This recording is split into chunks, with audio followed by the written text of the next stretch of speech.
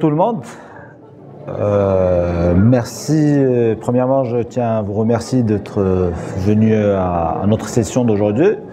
Donc, je commence par me présenter. Moi, c'est Nizar Louerti. Je suis Azure Solutions spécialiste à Microsoft, Moyen-Orient et Afrique. Donc aujourd'hui, on va parler d'un sujet d'actualité qui est très important, qui est la transformation digitale et comment, via un cloud en général, parce que le cloud en général, c'est au cœur du transformation digitale, c'est le principal pilier technologique pour mener une transformation digitale, pourrait aider une entreprise, une organisation, un ONG pour se transformer, mener la transformation digitale. Alors pour commencer, on est actuellement dans une nouvelle ère d'une révolution. Les technologistes, les historiens le prévoient comme la quatrième révolution industrielle. Donc on avait la première, c'était début du 19e siècle avec la création, l'invention du moteur à vapeur. Par la suite, on avait vers la fin du 19e siècle, on avait la masse production avec l'invention du générateur électrique. Vers les années 50, on avait une autre avec l'invention du transistor et les automates. Et maintenant, vraiment, on est dans une nouvelle ère qui est l'ère du digital. Et cette révolution, est très. Donc, ce qu'on voyait, entre une révolution et une autre, la première, c'est à peu près 1800 ans. Et par la suite, on a attendu 100 ans pour arriver à la troisième. Et maintenant, les choses s'accélèrent d'une manière très rapide. Et on constate ça, bien éventuellement, dans le cycle de vie des entreprises. Dans le début du XXe siècle, l'âge moyen d'une entreprise, c'était 67 ans. Maintenant, l'âge moyen d'une entreprise, c'est 15 ans. Et on voit beaucoup de choses qui arrivent, des entreprises qui étaient comme leaders, et par la suite, on le voit que leur capitalisation boursière crache et on voit des nouvelles qui viennent. Je donne un exemple. Vous connaissez les deux marques.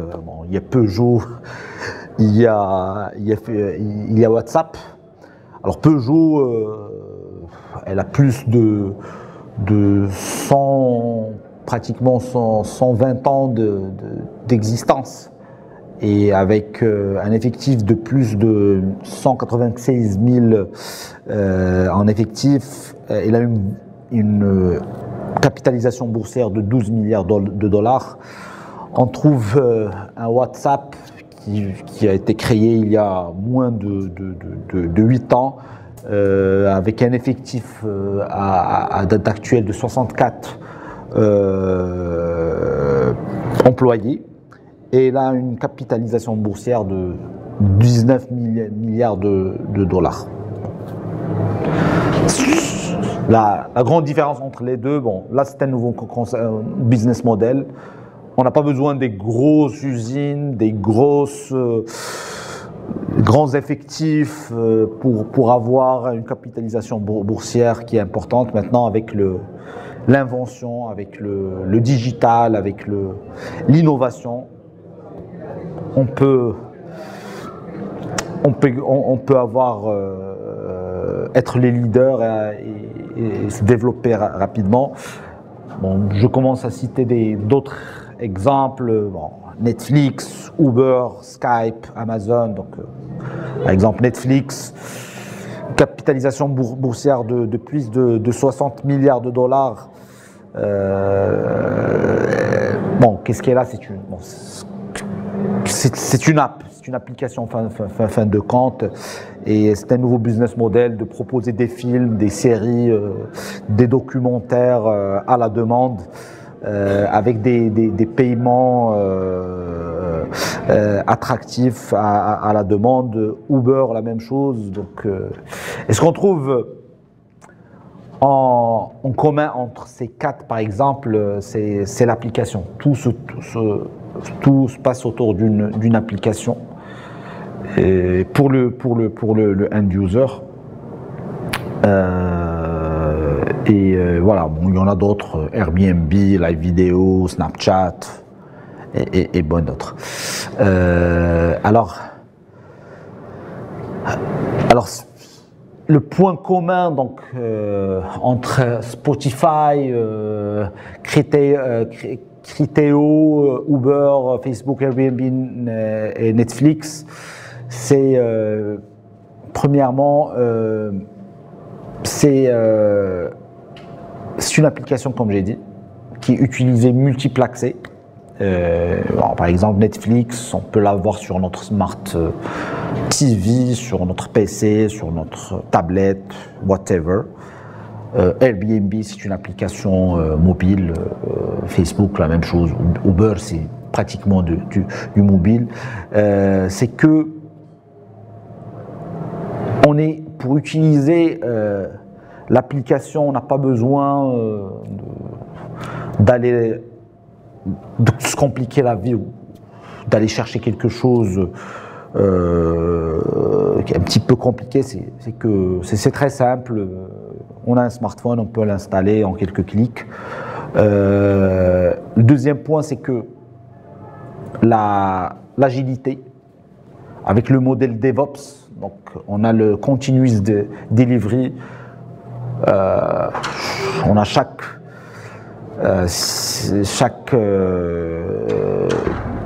2-3 semaines, on a des mises à jour sur nos mobiles, ces applications-là, et nouvelles fonctionnalités, des nouveaux patchs, etc. Toutes ces applications-là sont basées sur des grands clouds. Et pratiquement 2 clouds, bon, à l'exception de Facebook qui a son propre cloud. Bon, les restes, c'est soit ils sont chez Microsoft, soit chez Amazon, soit chez les deux. Bah, Uber, par exemple, on sait très bien que n'a pas son propre data center, et il se base sur les data centers Microsoft ou Amazon. Netflix, ils sont sur d'Amazon. Airbnb, la même chose, c'est entre Microsoft et Amazon. Donc voilà, on ne va pas démarrer de zéro, construire des grands data centers, se compliquer la vie. Voilà, donc on a deux grands leaders du cloud, Amazon et Microsoft, et là on va se baser sur ce qu'ils offrent. Et bien sûr, le point important aussi, c'est l'aspect sécurité.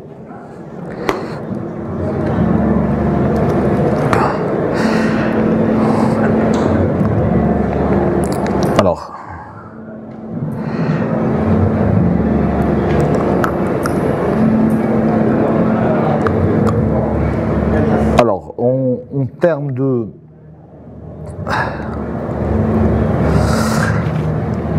Alors, une plateforme comme... l'avantage d'avoir des plateformes cloud comme Azure, c'est non seulement d'avoir des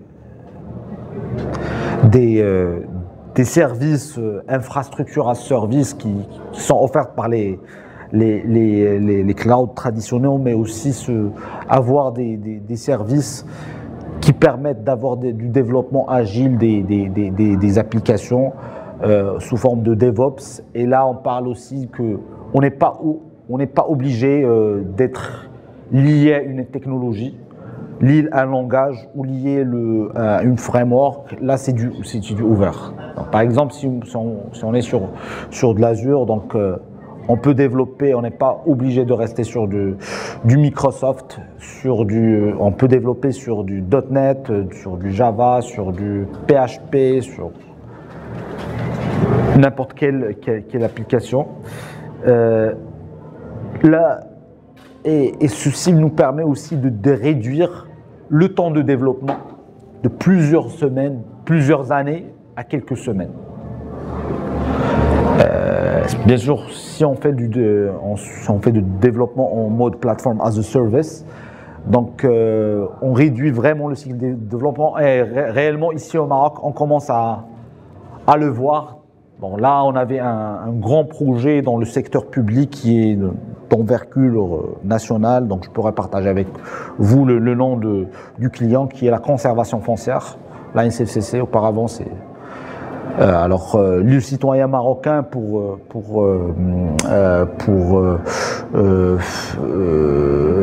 accéder à un titre foncier ou bien avoir de l'information sur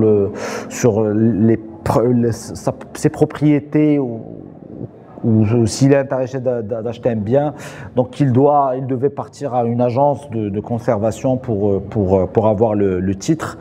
Se déplacer, payer. Maintenant, tout ça pourrait être fait en ligne et on a aussi la possibilité, on a facilité la tâche au notaire de faire tous les services de conservation, d'enregistrement des titres en ligne.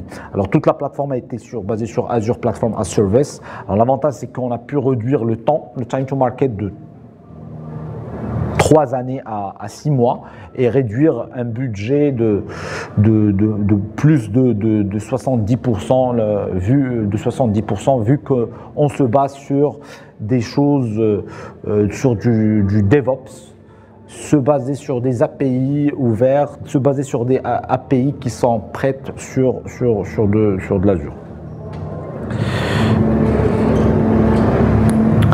Alors, ce qui est bien aussi, c'est que quand on développe une application en mode platform as a service, c'est qu'on a aussi la possibilité de rendre une application évolutive au fur et à mesure. Et là, je vais citer l'exemple d'Uber.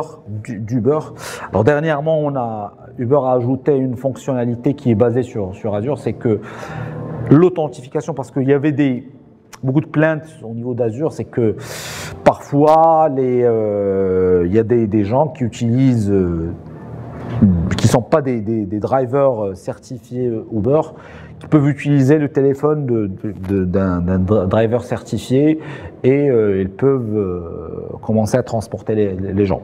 Alors Uber, qu'est-ce qu'elle a fait en se basant sur nos API sur Azure de Cognitive Services, c'est que c'est l'authentification faciale du driver. À partir une fois le driver il monte dans la voiture, il commence les courses. Donc l'application demande une authentification en se basant sur une authentification faciale pour s'assurer que c'est le bon driver. Et cette fonctionnalité est basée sur les Cognitive Services sur Azure. Et on peut ajouter et plugger énormément de fonctionnalités, que ce soit au niveau de n'importe quelle application. Et je vais bien expliquer ce point-là dans les slides à venir. Alors, pour information, juste pour vous expliquer un petit peu Azure en général. Donc maintenant, il est devenu au centre de Microsoft. Auparavant, Microsoft, c'était Windows First stratégie avec l'Office. Maintenant, c'est Cloud First. Et Azure, c'est au cœur du développement technologique de Microsoft. Et certaines personnes disent que Microsoft est devenu, maintenant, est égal à Azure. Alors, Azure, c'est quoi? C'est à la fois de l'IaaS, du PaaS et du SaaS. On peut avoir les 3 services en même temps. On peut consommer des services en IaaS, qui est le standard, on passe et même en SaaS. Et on va voir la cartographie tout à l'heure des services Azure. Un point important, la deuxième chose, c'est que le SLA, on commence, si on est dans un environnement Infrastructure as Service, on est dans un SLA de 99,95%. Si on passe au SaaS et au PaaS, on peut arriver à 99,999. Et c'est des SLA qui sont contractuels. Et si il y a un problème de non-respect de ces SLA, c'est quand Microsoft s'engage à faire un payback, à rembourser le client et faire un payback. Le troisième point qui est très important, c'est l'ouverture. Maintenant, on a annoncé il y a 2 semaines que 40% de la consommation des services qui sont actuellement consommés par nos clients sur Azure, c'est du open source. Que ce soit du Linux, des plateformes open source sur Azure, des applications développées sur des langages open source, MySQL, etc. Et aussi, on a des third parties sur Azure. Alors, une grande partie, même ici au Maroc, il y a un grand nombre, notamment des clients dans le secteur bancaire. L'un de nos plus grands clients, c'est une grande banque au Maroc. Pratiquement, elle a 90% ou plus de ses environnements sur Azure, ils sont sur du Linux, Red Hat et Oracle. Donc là, il y a vraiment une ouverture de chez Microsoft. Donc on a toutes les technologies qu'il existe, que ce soit nos technologies, du open source ou même les technologies historiquement qui étaient des technologies concurrentes, notamment Oracle, IBM, SAP. On les retrouve sur Azure. Alors le troisième point qui est très important, c'est l'hybride. Et Microsoft, vraiment, elle offre une expérience hybride. Parce qu'on vient du monde du private. On a, depuis la création de Microsoft, on fournissait des solutions qui sont déployées, installées chez le client. Et vu cet historique-là, donc on a vraiment fondu une histoire d'avoir un full cloud hybride, d'une manière qu'une partie des applications ils sont chez le client, une partie sont sur Azure et vice-versa, ou faire du disaster recovery, et pas mal de choses. Et la chose la plus importante, c'est la partie économie et scalabilité. Alors on paye en mode pay as you go, on paye à la consommation. Si on n'utilise pas la ressource, elle n'est pas facturée. La consommation, elle est à l'heure, selon les services. Et en termes d'économie, on a fait, on arrive à des ROI, plutôt à des TCO de 80%, si on est dans le mode PaaS, et si on est en mode IA, c'est de 40 à 50%. Donc c'est vraiment très très très économique par rapport au mode standard. Alors, en termes de services, voilà une carte à grande échelle des services qu'on a sur Azure. Donc on a du basique qui est des virtual machines, les VM. Et là, c'est la partie infrastructure as service, avec les containers, Docker containers, qui sont inclus dans l'offre, du storage, que ce soit du blob, du file ou du premium storage qui est sur du flash storage, ou la partie networking avec des load balancing, les load balancing, les DNS, les express routes, etc.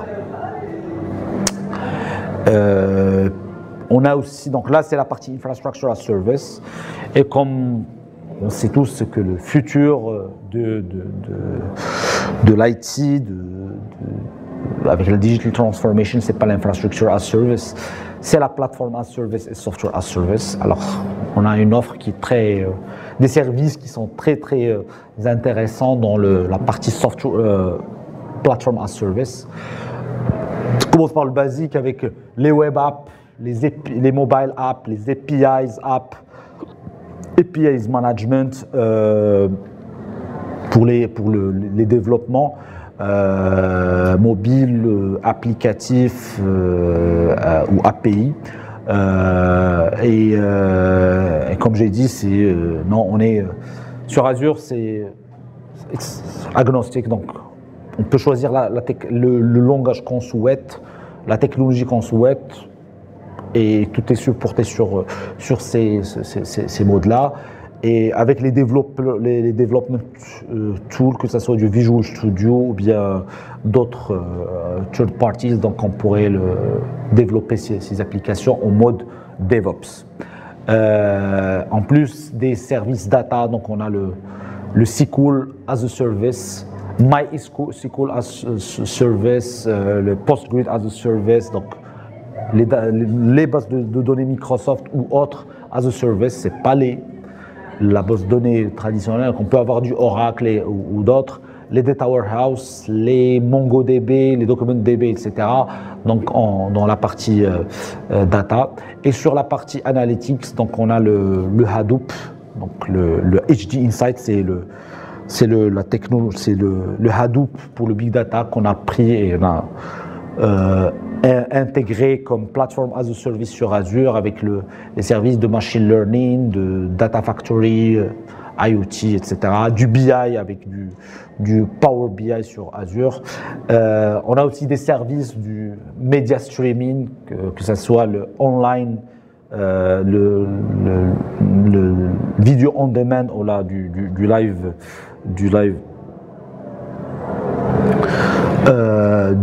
streaming as well. Donc voilà. Donc Media Services. D'ailleurs, on a des très belles références sur l'échelle internationale. Le dernier World Cup de 2014 était totalement streamé pour les chaînes cable via nos serveurs nos services de media streaming. Les Jeux Olympiques aussi de Rio ont été streamés via nos plateformes Media Services. On a d'autres services d'intégration, de high compute, du HPC. Bon, c'est un nombre illimité. En plus, des services d'authentification comme Azure Active Directory, le Multi-Factor Authentication, etc. Et l'avantage, c'est que quand on a un crédit Azure, donc on peut avoir tous ces services-là. Tous ces services-là, ils peuvent être dans le catalogue et on choisit le service qu'on souhaite. Alors,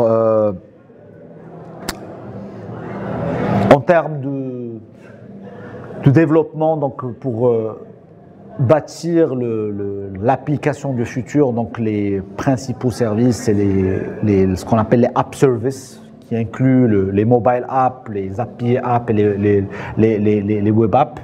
La partie DevTest Lab, avec l'intégration avec l'outillage, les IDE de développement des développeurs ou du client.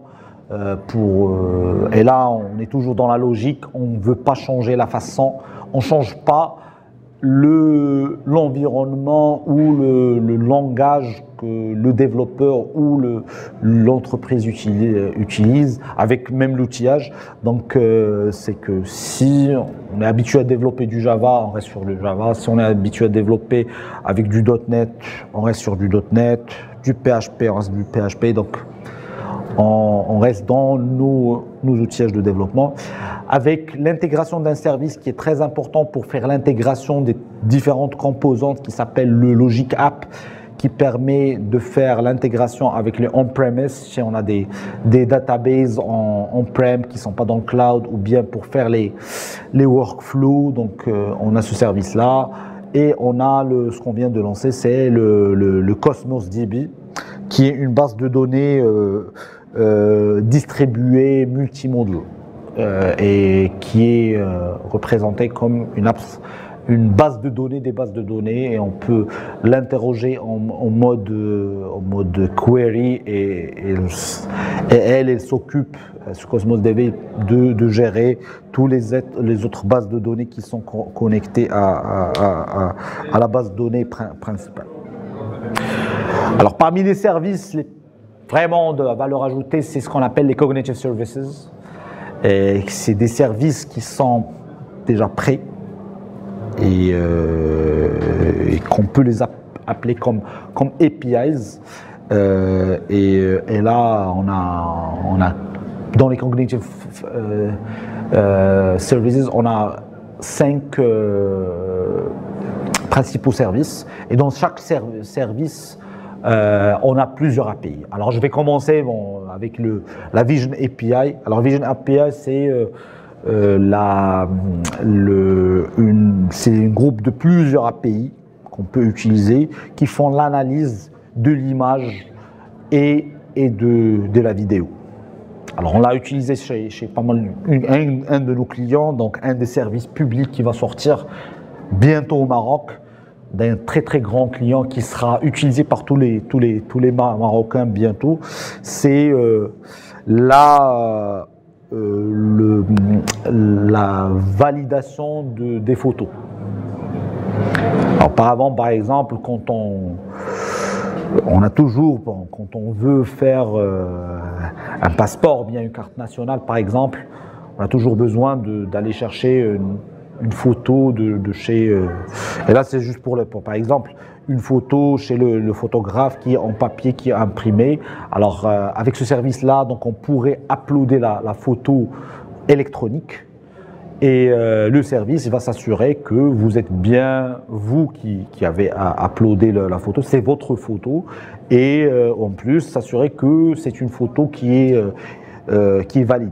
C'est-à-dire que vous ne faites pas une grimace dans la photo, bien, vous êtes bien au milieu avec les caractéristiques. Alors, en plus de ça, on peut faire via ce service-là une reconnaissance faciale. Bon, ça a été utilisé par Google, par Uber dans l'exemple que je vous ai cité tout à l'heure. C'est pour permettre la reconnaissance faciale, et on peut la coupler avec d'autres services, notamment les services de vidéo, pour faire la reconnaissance faciale à partir des vidéos. On a d'autres API qui sont un petit peu plus poussés, qui permettent même de savoir le tempérament, quel est votre tempérament pendant la prise du photo, donc en se basant sur des sites. On a aussi la partie speech services qui permet de faire des services genre speech to text and text to speech, et aussi la reconnaissance vocale. Et là on a un service au Maroc qui va bientôt servir, un service public qui va bientôt sortir au Maroc, qui va utiliser ce service-là. C'est très utilisé ce service-là dans les... Vous savez que c'est l'un des métiers qui vont, dans les 10 prochaines années, avec la digital transformation, vont peut-être disparaître partiellement ou complètement. C'est le métier du call center, les agents de call center avec les cognitive services. Donc là maintenant on a lancé nos premiers call centers totalement digitalisés. Donc on a un exemple dans la région que je couvre, qui est Diwa, qui est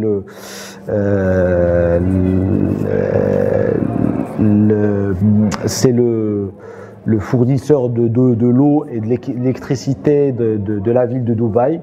Donc maintenant, dans le call center, quand vous appelez, vous allez tomber sur un bot qui utilise ces services-là, qui traite les demandes des clients de bout en bout. Et s'il y a une complexité, donc là, le bot, il redirige l'appel à un humain. Et vraiment, l'avantage avec ce client-là, quand on a lancé ce service, c'est que il y a eu augmentation de satisfaction client. Parce que le problème avec les call centers, c'est qu'on ne peut pas scaler. On a 50 agents dans un call center. Alors ces 50 agents ou les 100 agents, ils vont recevoir 100 appels. Alors avec ce service-là, avec la scalability du cloud, on peut dupliquer les agents, on peut faire du scale-up, du scale-down, et on peut arriver à un moment à chaque client qui appelle, il va recevoir quelqu'un qui va le répondre et l'assister, ne serait-ce que pour les premières interventions, et limiter l'accès à support, le deuxième niveau de support qui est le support humain. On a le language processing, alors là c'est la compréhension, donc on peut coupler cette API avec cette API pour comprendre le langage et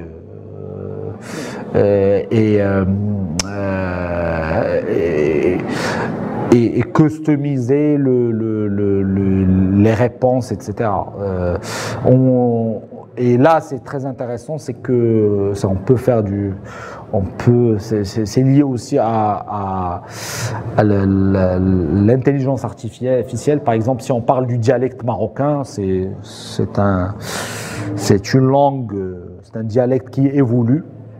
Et selon les tranches d'âge, par exemple, les gens de notre génération, ils parlent d'une façon bien ne parlent pas de la même façon des gens de la génération qui est plus âgée que nous. Donc il y a des termes qui changent d'une génération à l'autre, d'une région à l'autre. Et là, avec ce natural language processing, on peut bien comprendre le sens de ce que la personne veut dire. Bon, il y a énormément d'autres services dans Cognitive Services. Et ce qui est intéressant sur des Cognitive Services, c'est du plug and play. Donc, au lieu de développer, on a des choses qui sont prêtes, on peut les attaquer dans l'application via des API calls et l'intégrer facilement. Donc, ce n'est pas des projets qui nécessitent. Alors, parmi les services les plus importants aussi qu'on a sur Azure, c'est les IoT Hub, et qui sont les IoT Services qui font partie de ce qu'on appelle les Azure IoT Suite, qui permettent de faire la connexion des services, des objets connectés, que ce soit des générateurs électriques, des engins, des voitures, des smart meters, des animaux, des avions, whatever, donc connectés à. Alors l'avantage, c'est que c'est un service qui est tout le temps à l'écoute pour recevoir un nombre important de données et les analyser, les structurer et les présenter sur des dashboards intelligents, comme ce qu'on trouve maintenant, comme du Power BI. Donc voilà. Donc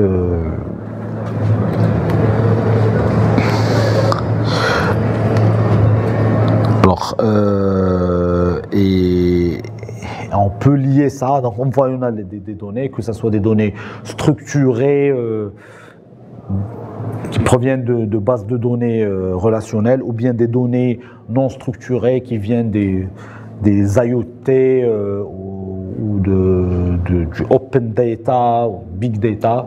Donc on peut les associer à des services de machine learning, qui est les services de l'intelligence artificielle sur Azure, pour faire ce qu'on appelle les predictive maintenance, les forecasting des prévisions sur la demande, la télémétrie, etc. Et là, on a vraiment de grandes références sur l'échelle internationale, sur la partie prédictive. Maintenant, je vais citer deux. Alors la première, c'est avec Schneider. Alors on commence à voir les ascenseurs connectés et les escalators connectés d'une manière que une fois il y a on a des informations qui remontent au fur et à mesure et qui sont analysées, et en se basant sur ce flux d'informations, on peut prédire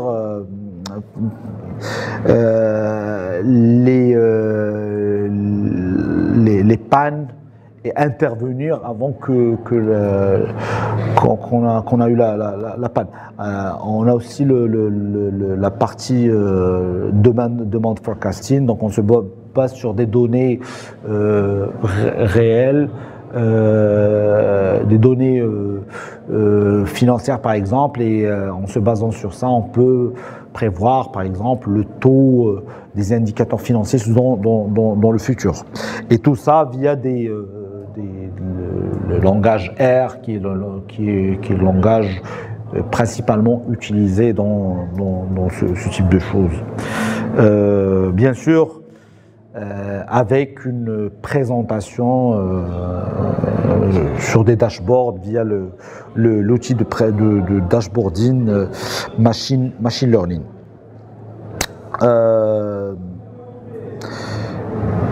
Il y a aussi je pense que vous connaissez le Visual Studio. Alors Visual Studio maintenant, il fait partie d'Azure, et pour permettre la modernisation des DevOps. Alors du démarrage du projet jusqu'à la fin, avec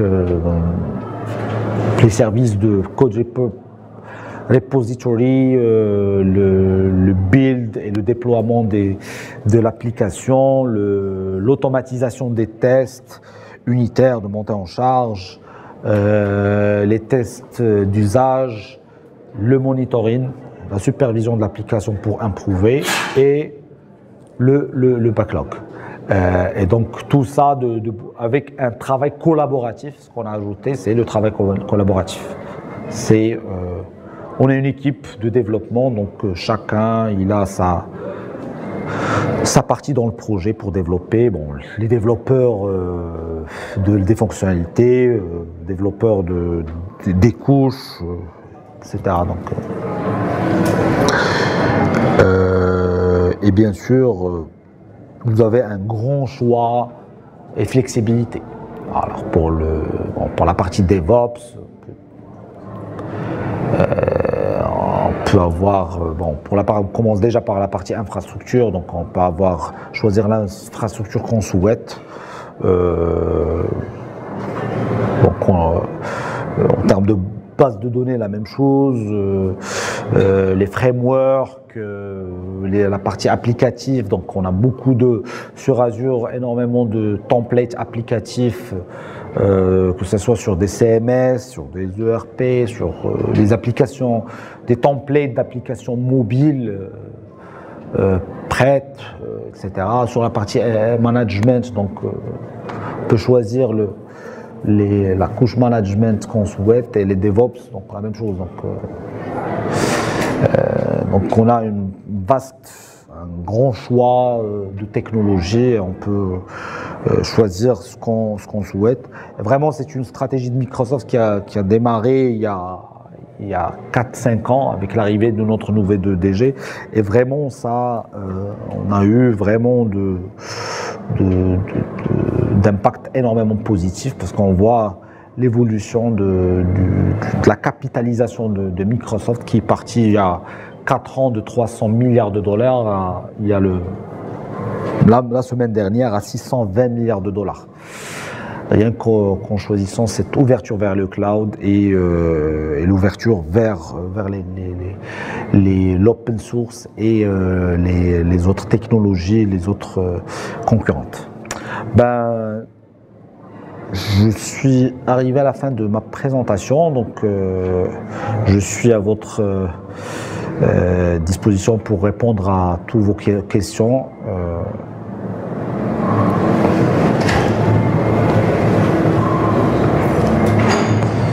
Cet environnement DevOps, est-ce que par exemple on peut l'utiliser dans nos projets, pendant tout le cycle de projet? Oui.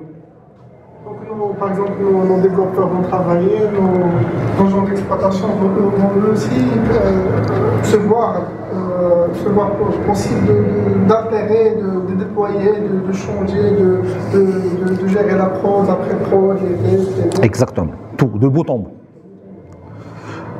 D'ailleurs, bon... C'est juste mobile DevOps. Non, c'est un exemple, mais on a le cycle de développement de bout en bout.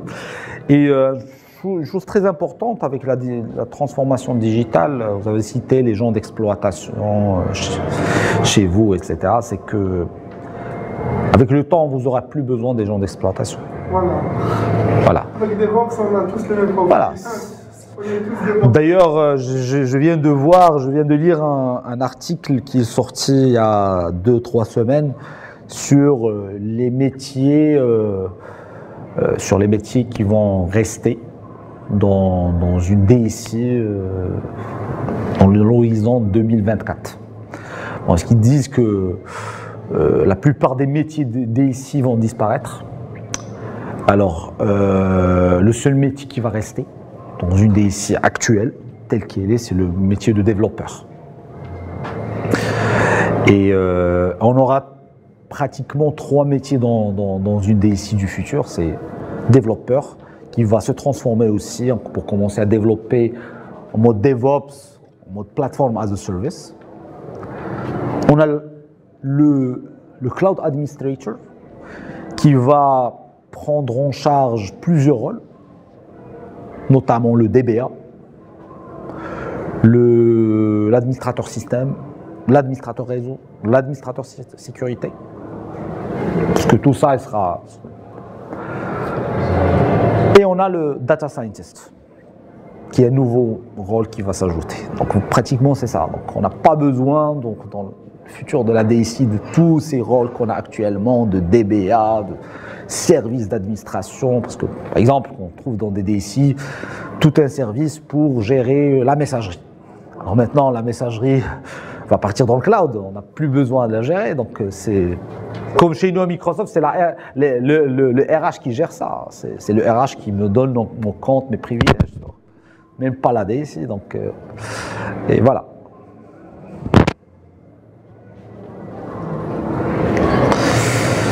Oui, monsieur. Une question sur Azure, c'est quel est votre part de marché par rapport à vos concurrents, AWS, Amazon ou autres? C'est quoi là? Alors, vous parlez Maroc ou international? Les deux, Maroc, international. Alors, au Maroc, on n'a pas de concurrence pour l'instant AWS. Jusqu'à présent parce qu'ils ne sont pas présents. Donc on est bien présent sur les grands comptes. Je ne saurais pas vous dire quelle est exactement nos parts de marché. Moi, je sais qu'il y a quelques petits clients, surtout des PME qui utilisent AWS ou bien d'autres hébergeurs comme OVH, etc. Mais on est vraiment, les grands, on travaille avec tous les grands. Et on a capitalisé sur nos contrats cadres qu'on a avec tous ces grands-là pour démarrer il y a 4 ans ou 5 ans que Azure a démarré. Et vraiment, on a pu. Maintenant, je peux vous citer le chiffre. Azure, c'est pratiquement 2,5 millions de dollars l'année dernière. Bon, cette année, on cible à aller vers 4 millions en plus. Et voilà. Donc, alors, sur l'international, alors, si on parle Infrastructure as a Service, Azure, AWS, ils sont en longueur d'avance parce qu'ils ont commencé avant nous. AWS a été lancé en 2005, Azure a démarré en 2012, donc c'est normal. Mais en Platform as Service, d'ailleurs c'est le futur du cloud, et Software as Service, on est en avance. On capitalise ce qu'on a déjà, ce qu'on avait déjà sur la messagerie, la collaboration, etc. Sur nos plateformes de développement Visual Studio, sur notre SQL, sur ce qu'on sait faire, et aussi on a bien joué le jeu d'intégrer l'open source il y a 4 ans, 5 ans avec les nouveaux services. Et vraiment, nous, on est en plateforme as service, on est vraiment en longueur d'avance.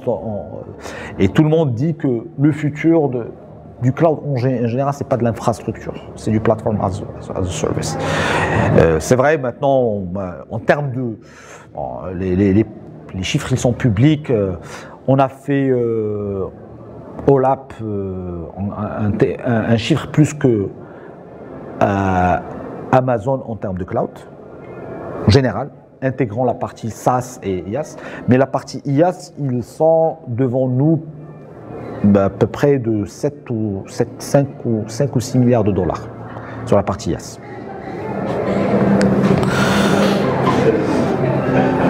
Je ne sais pas si vous avez d'autres questions. On a un petit peu, il nous reste 10 minutes. Si je suis là, si vous avez des questions, avec grand plaisir. Merci. Ok. Parfait. N'oubliez pas de remplir les...